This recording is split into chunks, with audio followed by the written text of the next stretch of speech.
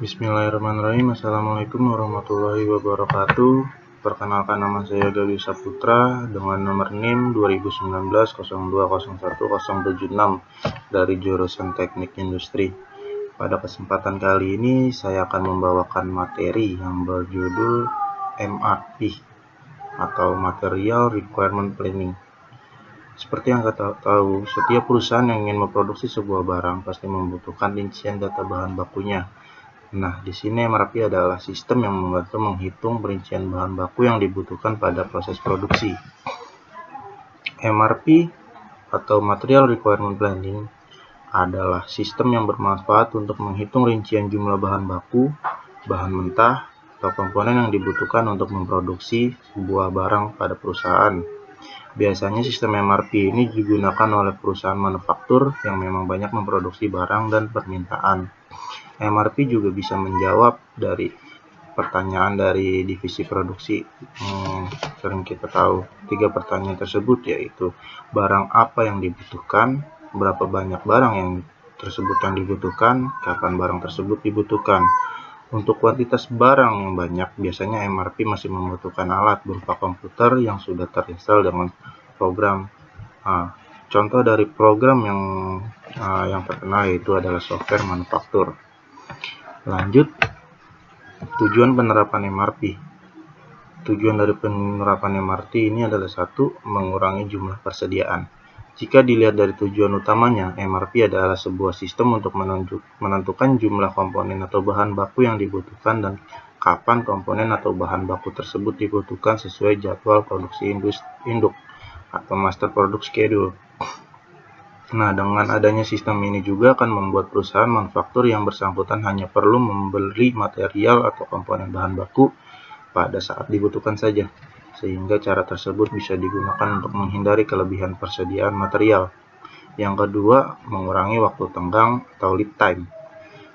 Tujuan yang selanjutnya dari MRP adalah bisa membantu mengidentifikasi jumlah dan waktu material yang dibutuhkan, sehingga pihak purchasing bisa melakukan tindakan yang tepat, khususnya untuk memenuhi batas waktu yang ditetapkan.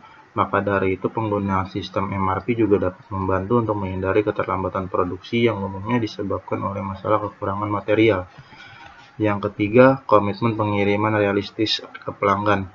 Perusahaan yang menggunakan sistem MRP, maka mereka bisa menginformasikan dengan cepat dari pihak produksi ke bagian pengiriman barang sehingga bisa mengestimasi kemungkinan waktu pengirimannya. Yang keempat, meningkatkan efisiensi operasi. Tujuan berikutnya dari MRP adalah bisa membantu setiap unit kerja agar selalu terkoordinasi dengan baik. Dengan begitu, perusahaan dapat meningkatkan efisiensi kegiatan operasionalnya ketimbang perusahaan yang tidak menetapkan sistem MRP. Lanjut, cara kerja MRP. Jadi sistem MRP ini akan mengambil informasi dari Bill of Materials, mulai dari semua bahan baku yang digunakan perusahaan, sub-assemblies, dan komponen lainnya yang dibutuhkan untuk memproduksi sebuah barang lengkap dengan jumlahnya. Tidak hanya itu, MRP juga memanfaatkan data inventory dan jadwal produksi utama yang berguna untuk menghitung jumlah bahan baku yang dibutuhkan serta kapan bahan baku tersebut akan diperlukan pada saat produksi berjalan. Sangat membantu tim produksi. Metode ini bisa juga dibilang sangat efektif untuk berbagai jenis perusahaan manufaktur. Sebut saja seperti perusahaan manufaktur listrik, yang contohnya tuh perusahaan pabrik mobil, perkaskas, atau sejenisnya, hingga perusahaan manufaktur proses seperti pabrik makanan atau minuman. Kini MRP mempunyai fitur tambahan, yaitu fitur feedback yang memudahkan manajer produksi melakukan perubahan atau update secara langsung jika sistem diperlukan. Seiring tahun berjalan, sistem Material Requirement Planning terus berkembang dan kini sudah bisa diintegrasikan dengan marketing, keuangan, sampai dengan human resource. Dalam pembuatan rencana produksi, karena kompleksitasnya MRP di tahap ini banyak disebut oleh berbagai pihak sebagai MRP kedua. Lanjut ke sistem MRP. Bisa dilihat di bagan, terdapat 3 inputan atau 4 inputan utama yang kita lihat. Yang pertama, inputan dari Master Production Schedule atau MPS. Yang kedua, dari jadwal produksi induknya. Yang ketiga, inventory statusnya bagaimana. Dan yang keempatnya, Bill of Materials atau daftar materialnya. Nah, dari MRP setelah diproses akan mengeluarkan output. Ada 3 outputan, yaitu order release requirement atau kebutuhan material yang akan dipesan, order scheduling atau jadwal pemesanan material, dan yang terakhir planned order, rencana pesan di masa yang akan datang. Agar lebih mudah dipahami, lanjutnya ke slide ke-6. Prosedur sistem MRP. Terdapat 4 prosedur dalam sistem MRP. Yang pertama, dari proses netting. Pertama, ada proses netting, merupakan proses perhitungan untuk menetapkan jumlah kebutuhan bersih, di mana nilainya adalah selisih antara kebutuhan kotor dengan keadaan persediaan yang ada dalam persediaan yang sedang dipesan atau tinggal menunggu jadwal penerimaan. Yang kedua, ada proses loading. Proses yang kedua adalah loading atau load sizing, yang merupakan teknik guna menentukan besarnya kuantitas pesanan yang optimal untuk setiap item bahan atau material.